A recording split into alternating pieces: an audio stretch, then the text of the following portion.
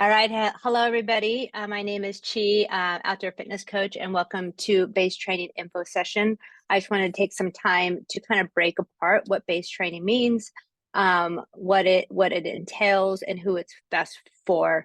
I think it's something that is sometimes overlooked. I think a lot of people think or may know what base training means, but they're not sure really if they're doing it right, or they don't have enough time to prepare. All of a sudden the season's here, and oh no, let's get going right into the race season. So just quickly about myself.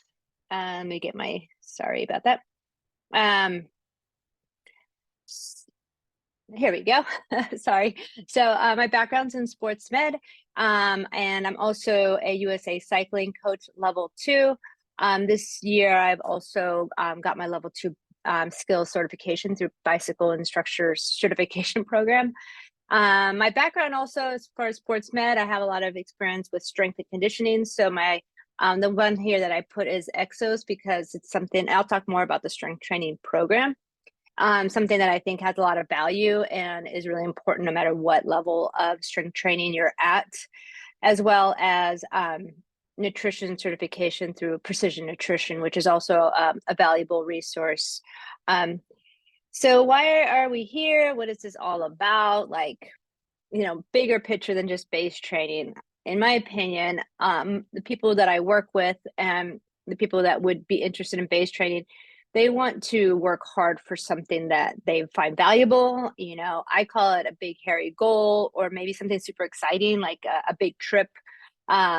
Also, there's a lot of races that have become popular, is like something like Leadville or Unbound, or it's not just one BWR, it's like all the BWRs. So those are big endurance events. Also showing up for like cross country races or whatever races, road, whatever type of cycling you like. I also believe that the people that I work with like to work. They don't want the shortcut. They want to put the time in to see the results, and that's something that they're proud of. That's why, another reason why I'm doing this, especially explaining what base season is.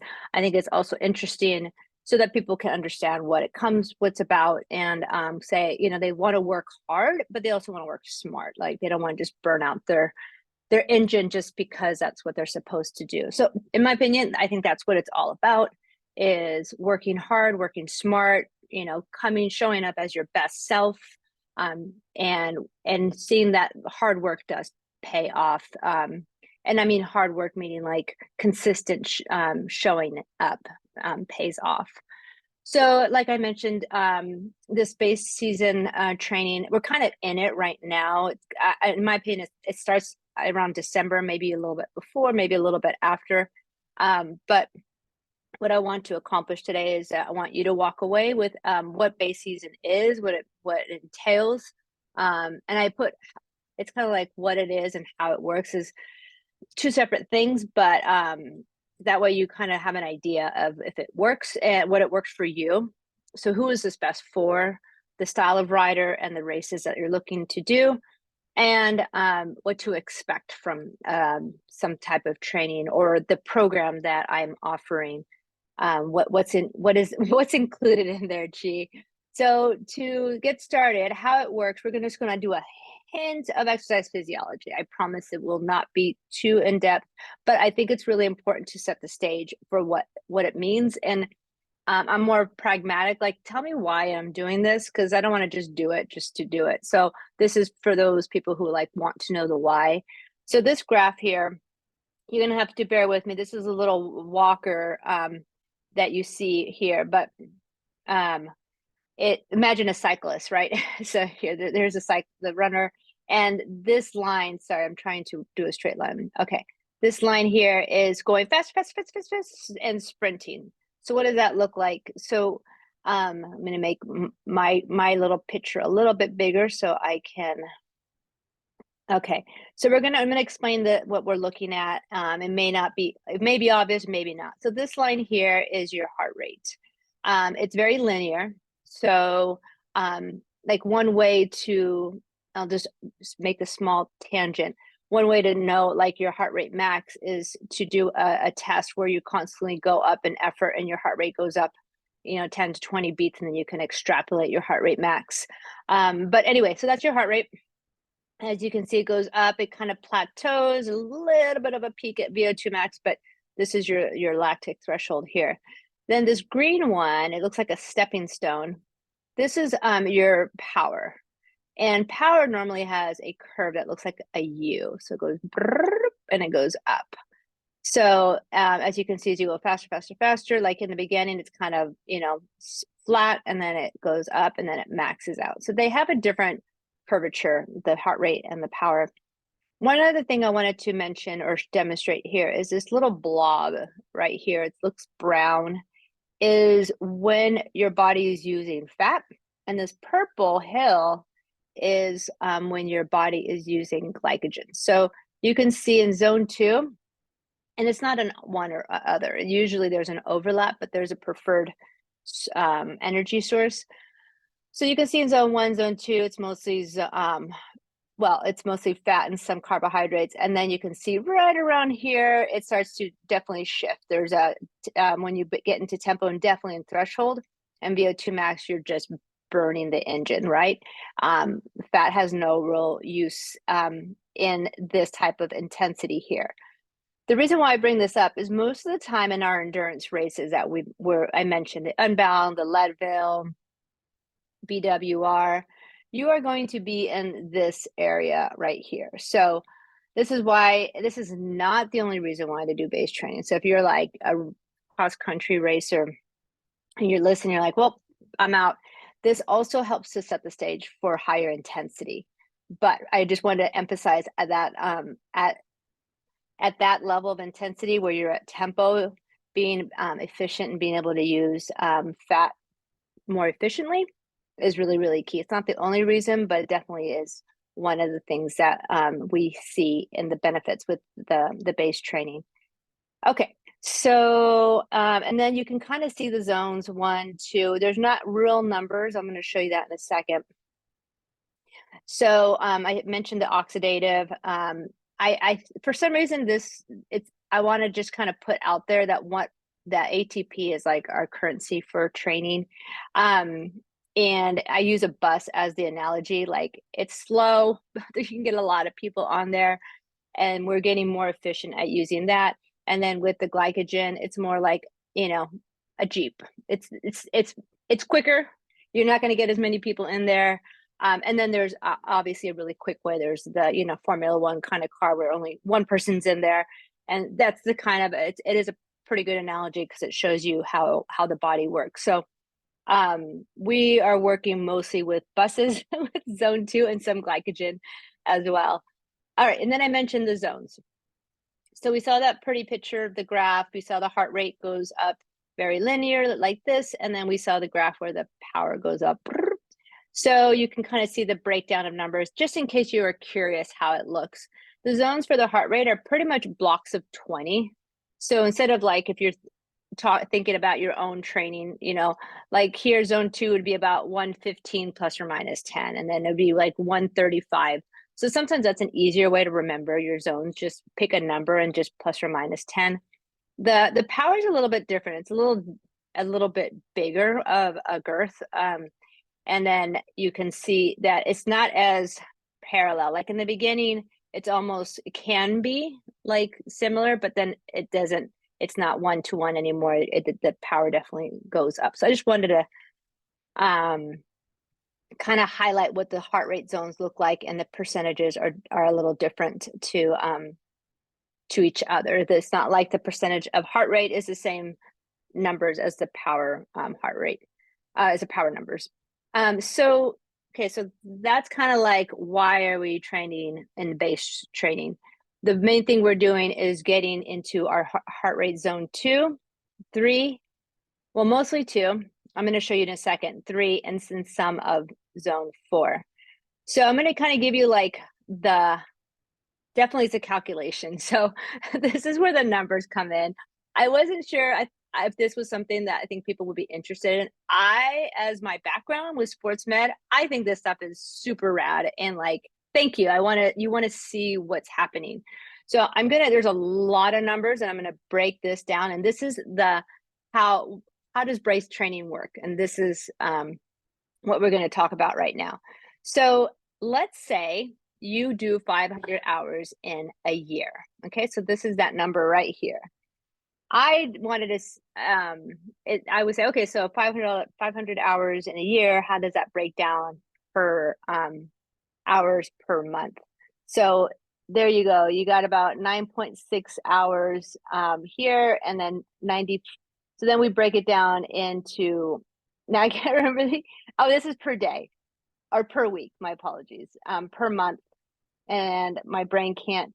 Oh, so this 150 represents, so we have 500 hours multiplied by 30%. So your base training should be about 30% of your total hours in the year.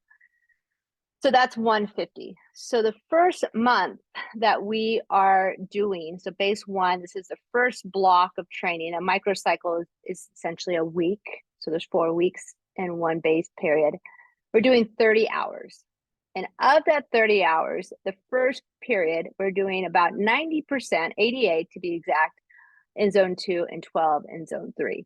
And then you break it down from here. So the first week you do a total of 7 hours, 7.8, 8.7, and 6.6 hours of training. And then from there, it goes up. It goes up in hours. It goes up more zone 2, sorry, more zone 3, less zone 2. I'll show you in a second. So this goes up and this goes down. And you can see here, there's no zone 4, not for the first month. And then here is in case you already on Training Peaks and you want to see how your TSS would break down. This is the TSS just for the bike TSS. This doesn't include any, strength training or anything like that. So you can kind of compare to what you are already doing. So that's just month 1. It may look really like, oh, I can do that. And then it kind of goes up from there. This base training is based off the model of Matheny. So if you wanted to look that up, this is what this program is based off of. So it's an exercise physiologist. Again, I took the number of hours per year you train, you multiply that by 30%, and you got 150. And then you break that down into, I have it broken down as a classic is 4 months, but definitely can do as little as 6 weeks. And I think ideally it'd be 2 to 3 is like, a good amount. So just to kind of show you why zone 2, I know we mentioned a little bit about the oxidation and what that means. This is kind of more of a breakdown of what happens. And I think so the way that another way of explaining this is that you got to get your heart has to get oxygen to your muscles, right? And then the muscles have to receive the oxygen. So that's basically what VO2 max means, right? What's the maximum amount of oxygen that you can consume, like that you can take, but you also need to get that oxygen in there and then you have to take it. So, there are ways to increase your VO2 max. Work on your VO2 max. So what the zone 2 does, and the reason why it's important is because some of these adaptations only happen at these really lower levels.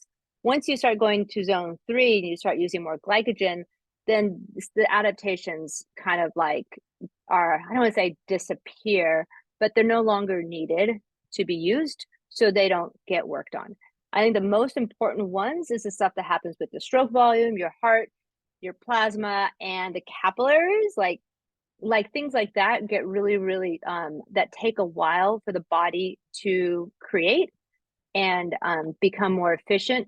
It happens in zone 2, and I call it magical. I think it's really, really important to let the body do what it's supposed to do at those lower levels. Zone 3 also has, I just wanted to kind of show you what it would look like if you were to do a zone 2 ride.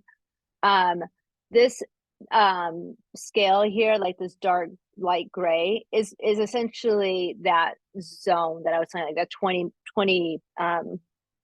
beats per minute like thing. So it's kind of, you can see it fluctuates a little bit, but you can also see it's a hill, like it's a downhill and a little bit of a climb. And so you can see that even though there was a climb, you can still get yourself in a zone 2, and you can see also going downhill, you keep your speed up, you can keep your heart up there. I just wanted to show you what would that look like, Chi? Like, I want to go on a ride zone 2. Like, I mean, like, we got hills all over San Diego and wherever you live. But that's what that looks like. And then zone 3, it's not like we don't do it. We do zone 3. There are great adaptations too as well. And this is where I think between the zone 2 that you get really good at using fat. We have a temporary temporary stores of glycogen in our body. And so being able to utilize the fat efficiently it's key. It's like it's getting buses, shipped off. When you see those buses going over to Disneyland with all the kids, imagine how many parents would have to drive for that same amount. So I don't know why that thought came up, but so zone 3 works really efficient with your body, and also where the strength, in my opinion, comes from with the hill climbing. Okay.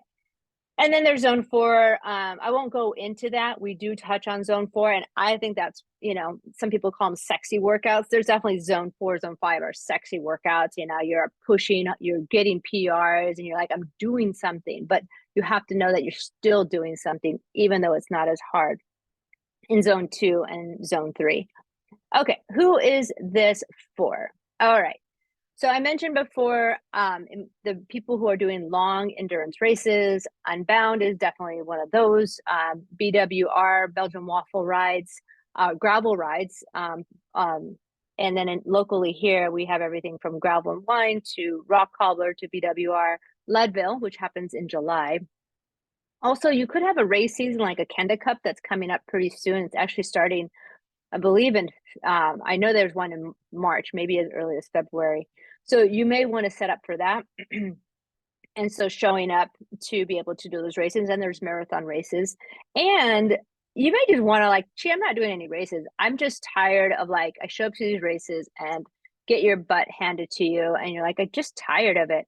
Another thing that I think that the people that is for is, if you like numbers, if you're someone that's always wanted to try this and you're like, it makes sense. I've never done anything where it's progressive. I want to give it a try. I think that's really important.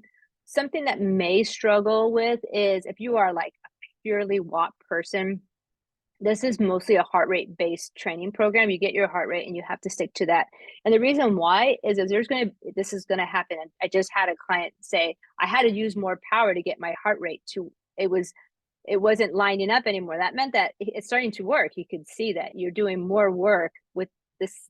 You're putting out more power, but your heart rate is not going up. So that's great. You're going faster. But if you want someone I just doing power, Chi, I'm not going to get to heart rate. That might be a struggle. You may have to see if you can let go of the power meter. I use both. I use the power meter to go, okay, this is where I should be. And then I use my heart rate as my governor. So those are the people.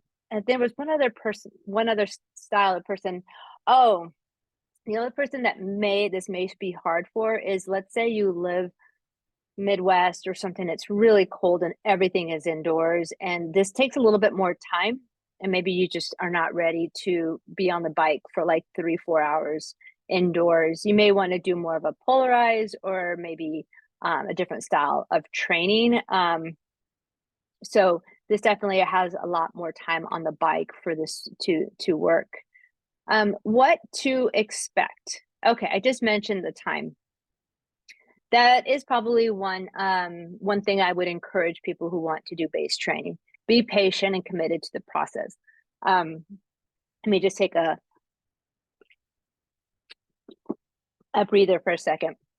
It does take time. It takes about 2 to 4 months. Depending on your goals, like I said, if you got a race coming up kind of fast and you need to kind of start priming the other engines, you may only get 6 weeks in. And the target events, if you're doing Leadville in July, doing a 3-4 month base right now would be super, super good. You're going to be spending most of your time in zone 2. As I mentioned in the beginning, you're going to be mostly 88%. And then towards the end, it's going to be closer to 75. Remember, base training is just one part of your whole training cycle. After you do base, you're going to do a build where you hold a time and then you go harder. Right now, we're just trying to stretch your volume. And by doing that, we're doing more zone 2. In block 1, you're doing 30 hours in that month, then 35, then 40, and then 45. And that's for, again, for a 500, excuse me, hour year. And then variety, being creative with your rides. I like to throw in cadence drills. I think that's a really fun way, like efficiency for zone 2, because you're still working, but now you're kind of putting more attention to something other than your heart rate's nice and steady, and then you can kind of play with other parts of the riding. As well as I like to do like my skills, my mountain biking, when it's not like super steep and then super down, but something that I can work on my technical skills and my heart rate's not like all over the place. It's nice and steady. So trying to find a variety in there is also important. Some immediate effects that you get is something I just mentioned before, is that now you're noticing that you're going faster with the same amount of effort, which is a really fun thing to do, that you're like, wait, I wasn't even trying to PR and you PR. And then you're going on climbs and you can hold zone 2. You're not like out of breath. You're not burning up. I mean, obviously you need to, slow your tempo.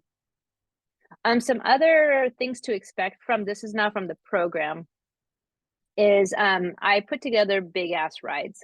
So the reason how this came about is that I would prescribe rides for my clients that are training for long events. And I'm like, okay, go do a 4-hour ride. And they're like, they come back and I'm like, that wasn't quite the ride I was looking for.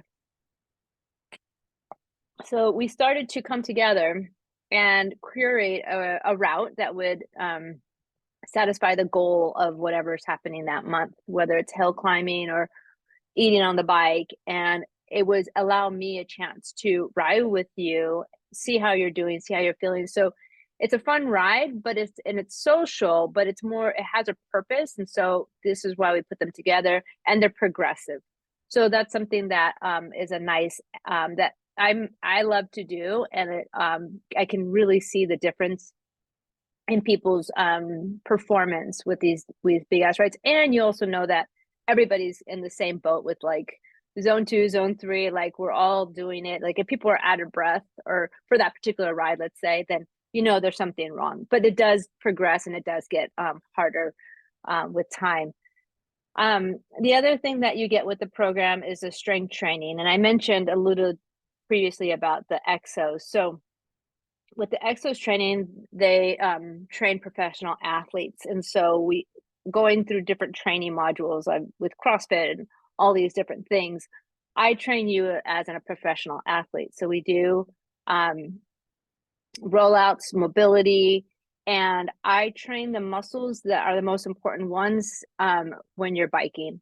And especially when you're in a dynamic bike, especially like a mountain bike, a downhill or a gravel bike, that you need to be out of your seat and on your pedals and being able to balance. So to me, the most important areas are the hips, the core, and the shoulders. So when I put the program together, I wanted to make a hard workout, but I knew I had to break it down. Like, wait, these people need to be able to hold a plank, a side plank. They need to be able to rotate. So that's where I started with the body weight. And so that's something that I provide for this program. So, and I'm happy to tailor it. I have a body weight one and a dumbbell one. I have more advanced ones, but that's for clients who are more seasoned and that I've been with a little bit longer. So that's a huge plus to me. I think it is a cornerstone, and I want to say it's not optional, because obviously, if you don't believe in it, but I don't think a rider should go through a program without doing any strength training.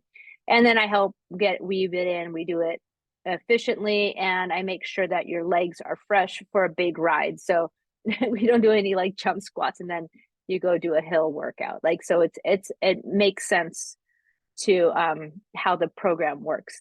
All right, so what's next? What do we do now? Like, so you're like, yeah, I think this is, okay. I was like, I didn't know if the picture showed up. Figure out what your races are and how much time. You're like, okay, I got a race coming up in 2 months or 4 months or 6 months. Do you have time for this base season?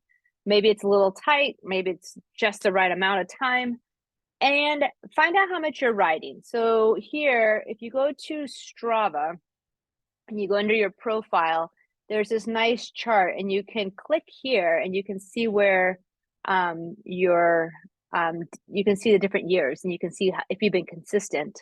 And so you can see that this is just shy of 400 hours. So take a look, so that way you can take an objective view of that. I can tailor the workouts or the things to 500, 400, and as low as 300 hours per year.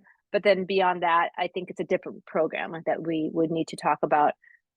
Also, like something I can also tailor is the strength training. So what is your experience? Maybe you've been doing stuff, but maybe you are ready for the next level. You're not a total beginner, but you're not like super advanced. Maybe you struggle with balance, or there's other things you want to work on. And also maybe you just want the program. Maybe you're like, gee, I don't live near you. I'm not going to do these rides. I don't need a coach. I want you to just tell me what to do. That's fine too. I do have it so that you can just get the plan and we don't do any check-in. But I do love being able to check in, because I want to make sure if there's any struggles, I can be there with you. So just to kind of conclude all this, I kind of started in the beginning, like, why are we here? What are we doing this for? Showing up better, being a good, strong rider, proud of what your hard work. I do believe a strong base is important. I think it's crucial for all cyclists that take a moment, and it's very humbling. Like, you just got to slow down, but you got to trust that by slowing down, you speed up. Also, some other things that I don't want to overlook that we haven't really discussed about is the importance of the basics. Everybody wants to get the bells and whistles, but the basics are really what is important. So being consistent in your training, being on top of your fueling nutrition. So no matter how good this base training is, if you're not eating and fueling, you're not going to be able to sustain an endurance ride. So how are you doing it? How often? With what is really important, and also your cadence and your efficiency. I'm not saying that you had to have a high cadence. That's not my point. I'm just saying that that you are making every pedal count for yourself, because you're going to be doing lots of pedaling. Be ready for the hard workouts. I know we haven't talked about hard workouts, but those take a lot of energy. And so if you've had a long day, or you do at the end of the day and you're like, whew, so making sure that you are ready for those. As far as like executing the workout, knowing your heart rate zones. So I think sometimes it's kind of neat to like not look at your head unit and kind of guess what your heart rate is, and kind of going, okay, that's what it is, and that's where I should be. I know now you can get the head unit will tell you if you're going too high or too low. So, but in the past, I used to just put it on my handlebar so I wouldn't have to think about it. Because when you're working out, sometimes your brain is like it's hard to compute numbers. For working out outdoors, if that's your only option, take some time to think about what you need to accomplish. And I think for like a lot of mountain bikers, I think that can be hard, because you're used to going up and then down. I think they struggle with that constant pedaling. So that's why I think a lot of mountain bikers can want to add some road bike. To me, that solution was a gravel bike. I can still keep my legs spinning. So again, and then sometimes it's great to do mountain biking when you need to do like hills or something like that. The importance of strength training and cross training is important. And then go hard when you need to go hard, but when it's time to go easy, like, especially base season, that could be really easy for you. You can, pull back. So making sure you go to if you're driving a stick shift, like put it in 5-6, when you need to go, and then bringing it back to 1 or 2 when you need to go slow. So that is the overview of the base training. You can find me a few places. If you want to email me, chi@outdoorfitnesscoach.com, and you can also find me on YouTube or Instagram. So thank you so much. And I'm just going to pause what's it called? let's see if I can find it, the video.